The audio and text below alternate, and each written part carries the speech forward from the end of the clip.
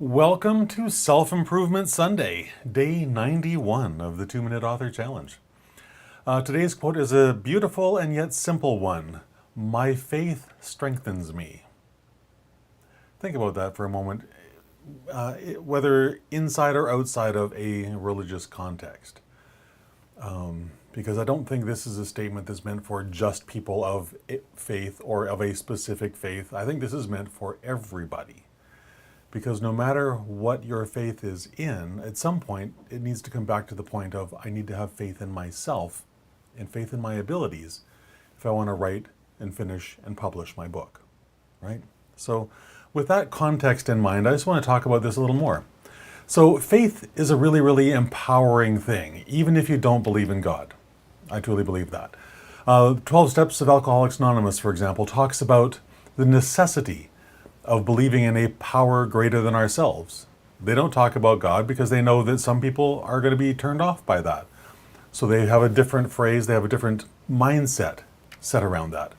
Simply a power greater than ourselves. And that can be as simple, as the collective wisdom of the group. In a typical AA meeting, you've got a bunch of people sitting around a room, sitting around a table. The collective wisdom around that table is far greater than the wisdom of any individual at that table. That's a power greater, right? Simple stuff, powerful stuff. But I also believe that if you do believe in God, this gets a whole lot easier because there's a whole lot of Bible verses that can support you. For example, Philippians 4:13, I can do all things through Christ who strengthens me. There's a lot of power to be found leaning on the strength of Christ in your own life, right? But if you don't believe in God, it can be a little more challenging. But it's far, far from impossible, truly. As I talked about in the beginning, have faith in yourself, have faith in your abilities, have faith in the people that you lean on for support, have faith they will point you in the right direction. All those kinds of things are really, really important. Because without the faith in ourselves, achieving our dreams, turning that vision we have for our life into reality can be very, very difficult, if not impossible. And by impossible in this context, I mean we're doing it the hardest possible way, which is going to mean most people will probably end up giving up before they get there. However, when we start, let me take this from the example of writing a book. Whenever we start writing a book, we really don't have a choice but to rely on blind faith in some fashion, right? Because I want to list a few things a few of the reasons why, I suppose, a better way of phrasing that, of why this is. So number one, we don't know what we don't know yet. We're writing a new book. We haven't got the outline figured out perhaps completely. There's so many things we don't know yet about the process that we're embarking upon, that we're committed to. We also don't know what limiting beliefs are going to crop up and try and derail us. Because no matter how many books we write, no matter how much successful those books are, we're always going to have some sort of limiting belief wanting to crop up and derail us. Barry Baumgartner talks a lot about new level, new devil. There's always some new level of that limiting belief that we're going to have to figure out and replace. Get rid of it and replace it with something new. We also don't know what we're capable of yet, right? In this context, I always want to go back to my writing 7 books and 4 workbooks and publishing them in 90 days. I didn't start out to do that. I discovered through the early process of the very first, what my original outline was that my project would be far better served by breaking it down into individual components than trying to write one massive book. And the challenge was to write and complete a nonfiction book in 90 days. And even though I mapped out the entire process for doing this, I had a ridiculously crazy schedule to try and meet all the mini deadlines to make this possible. Even though that was all laid out, I didn't think there was enough hours in the day to make that happen. I didn't yet fully believe that I was capable of doing that, and yet I proved myself wrong. First of all, I behaved as if this would happen no matter what. I simply behaved as if it was true, even though I had no idea if I could do it. And because I'd built the plan, I simply executed that plan, and thankfully, it was a great plan that actually worked. But I didn't know that I was capable of that until I did it.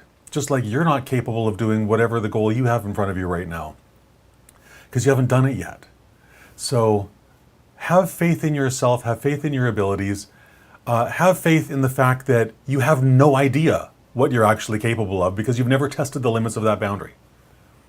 So for me, for example, 7 books, 11 workbooks in 90 days is possible, but that's not the limit. That's not the only, that's not the stopping point of capability or ability. It's not. But I don't know what is, and I haven't tested that further, and maybe one day I will, maybe one day I won't. I have no idea yet. But let me get back on track, please. We don't know what skills or abilities we lack yet in order to complete this particular book. Because every single book is going to require you to learn something more. It's going to require you to learn new skills or enhance existing ones. All that stuff is still unknown. Excuse me, especially at that starting point. We also don't know who we must become as a human being and as a writer in order to write and publish this book. That's probably the biggest thing that I want to impress on you is we don't know who we have to become yet. And that's also where faith comes in so beautifully, is that it helps power us forward to becoming whatever that person is, whoever that person is, to be more specific, whoever that person is that we need to become in order to write, publish this book, so that it will connect with the people who we're trying to help with it, right? So you lump all that stuff together and you come to the, well, at least I come to the inescapable conclusion that faith is required for me to succeed. And my bet is the same is true for you. Because faith gives us the courage to do the things that are impossible, if you will, air quotes around impossible. And to this point, the Bible speaks specifically of courage 22 times. And in the majority of those times, the phrase used is, be strong and of good courage. And that's simply, Deuteronomy 31:16 is 31:6, sorry, great example. Be strong and of good courage, do not fear nor be afraid. That's such a great and empowering statement applied to any area of your life. And when we apply that, be strong, of good courage and do not fear or be afraid to our writing life, it simply opens up so many more doors of possibility for us. It really does. So be strong, be fearless, be courageous. It's a great way to live a life. It's a great way to accomplish your goals, turn your dreams into realities, all those wonderful things. But it all starts with that simple phrase, be fearless and be courageous. It really does. You don't need to be a Christian to know this is really good advice. You can believe in anything you want and still comprehend, I would hope, that this is really, really great advice. When we live in fear, when we live in shame, when we live in self-doubt, we shrink down into this thing that's not really capable of anything. And yet when we approach it the opposite way, when we're fearless, when we're courageous, when we're faithful, it opens up all those worlds of possibilities for us. And we can do literally anything we set our mind to. It's wonderful. So my question for you this Self-Improvement Sunday, how will you apply the power of faith to your writing life this week? I would love for you to share that in the comments because I would love to hear how you're going to do that. Because maybe you're coming up with some way of applying this in a way I've never thought of. And I would love to learn something new around this because that's one of the beauties of doing these videos. That's one of the beauties of approaching life in this way is I get to learn new things every day. I get to be more empowered today than I was yesterday. And I'll be more empowered tomorrow than I am today. It's just a great way to live a life. So please, if something is awesome, you're doing something really cool, share in the comments. I'd love to hear it. And if there's something that really resonated for you today, I would love for you to share in the comments what that is as well. So for example, if something sort of blew your mind, then please, let me know what that is. If something sort of set your brain on fire with the possibilities of what you could be doing, share that too. Like and share this with your friends, your writing friends, all that kind of stuff. I would love that. And I would also, of course, love for you to connect with me on LinkedIn, follow me YouTube, Twitter, Facebook, all the kind of things. All of my social media accounts can be found at sleekbio.com/Christopher. And there's also a couple other things that may or may not interest you as well, but the primary reason to go here is to just one simple one-stop shop for accessing all of my social media accounts and connecting with me. All right?